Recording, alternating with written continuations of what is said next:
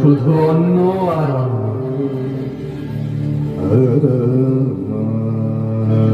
কি হবে অন্ন দিয়ে? অন্য তো কেবলই মায়া। এই মায়ার দ্বারাই তো আচ্ছাদিত সমস্ত জগৎ। মনকে শান্ত করলেই এই মায়াবাস কাটানো সম্ভব। আর মনকে শান্ত করতে চাই নির্জন স্থান, চাই ধ্যান স্তুতি।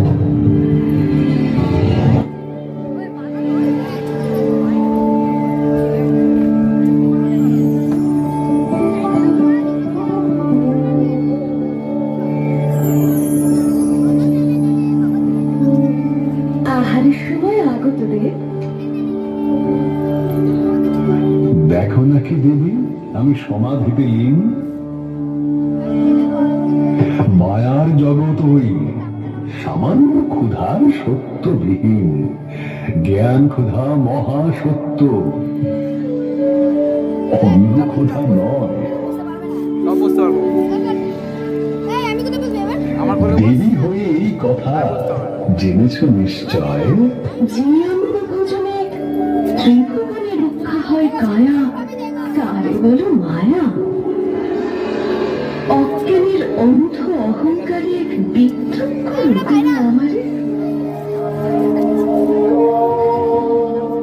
বেশ, তবে থাকো তুমি মায়াময় তব অনাহারে। মিথ্যা তর্ক চাই না। ধ্যানে স্থির হতে দাও। ধ্যান স্তুতিতে সমস্ত জাগতিক মোহমায়ার উঠে ওঠা সম্ভব। ক্ষুধা কখন? অব্যাহত রাখো। এইবারে আমি কৈলাস ত্যাগ করলাম।